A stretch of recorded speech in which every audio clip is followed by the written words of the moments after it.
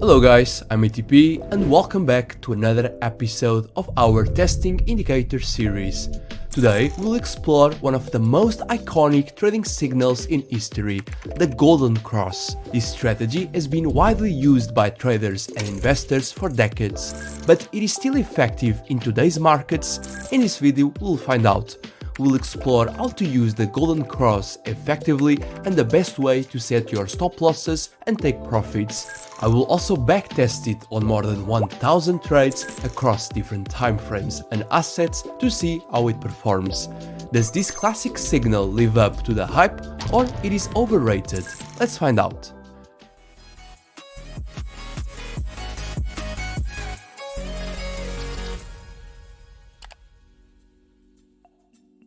Before we begin, I want to give a special thanks to our YouTube subscriber who suggested this indicator. Thank you so much for the idea, and now we will see how it performs in a large-scale backtest. If you'd like to see your special indicator featured in a future episode, drop it in the comments or share it in my free Discord community. The link is in the description. Now let's break down the Golden Cross and set it up on the chart. I will use TradingView, but you can use another platform if you prefer.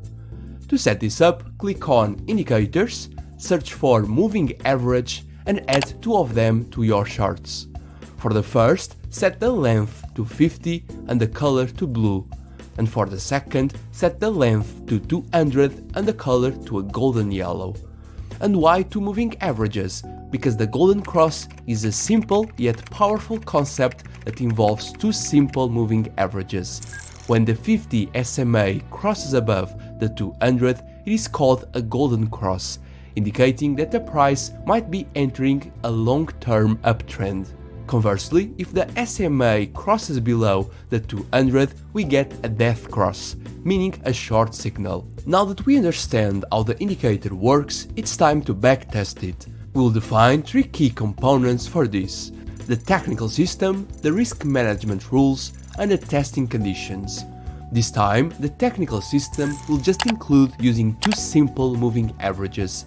I won't include a 200 EMA as a baseline, as it doesn't add significant value in this case. For the risk management, I advise you to use the ATR bands indicator, this one here, with a multiplier of 2.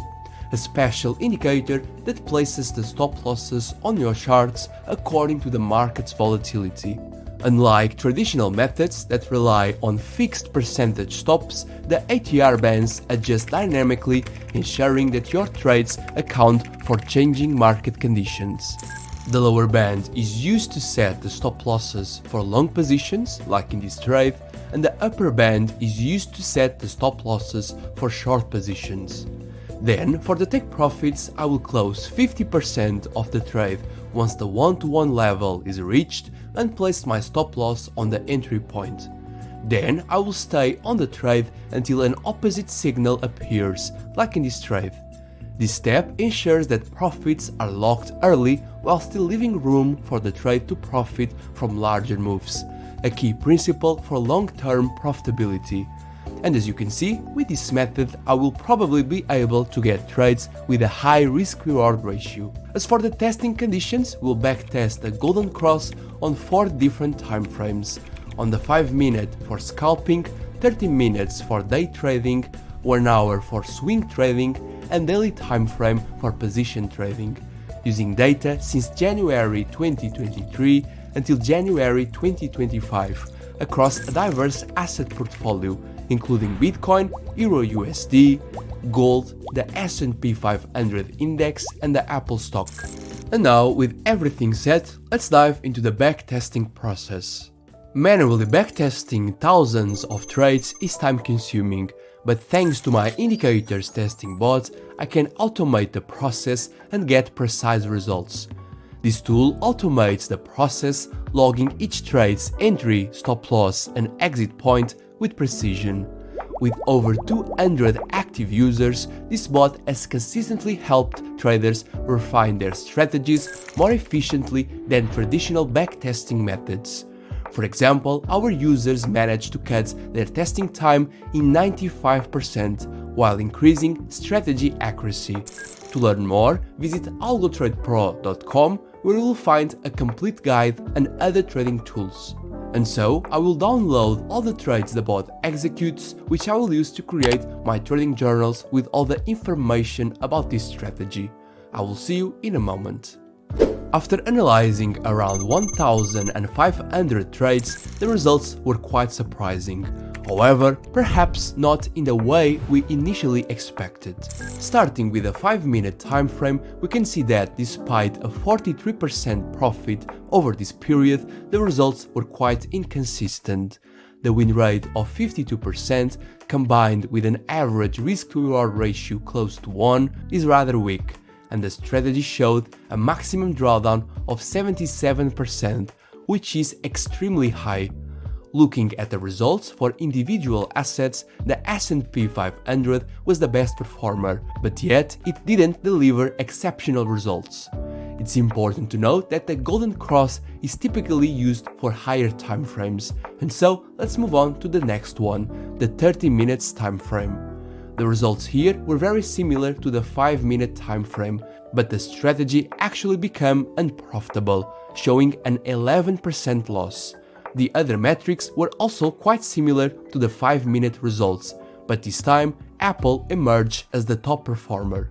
The equity curve was still quite inconsistent. Moving to the 1-hour time frame, we saw a 52% profit with a slightly better risk-to-reward ratio. However, the win rate was still on the weaker side. The equity curve saw a significant spike on the first trade, which was a profitable one, driven by Bitcoin's performance. However, following that, we saw an alarming 85% drawdown, which is, of course, too high. The best performer here was Bitcoin with a profit of approximately 100% over 106 trades. Finally, on the daily time frame, while it was profitable, there were only 70 trades analyzed. A larger sample size will be needed to draw better conclusions. So, overall, at least within the conditions this strategy was tested, it doesn't seem to be very efficient. As we have seen in other episodes, there are likely better options available.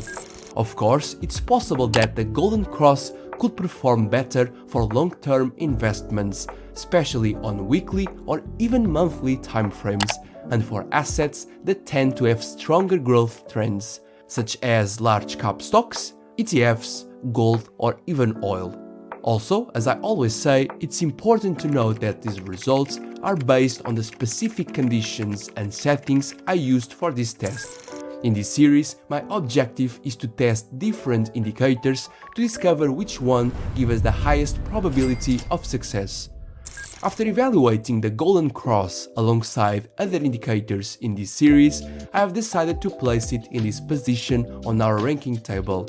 Tell me in the comments if you agree with this position or not. This updated table is also available for free on my website, providing a comprehensive overview of all the indicators tested so far. Simply click on the free content option, scroll down a little bit, and click here, where you can find all these details. And that's it for today. Thank you for watching, and I will see you in the next episode. Bye bye.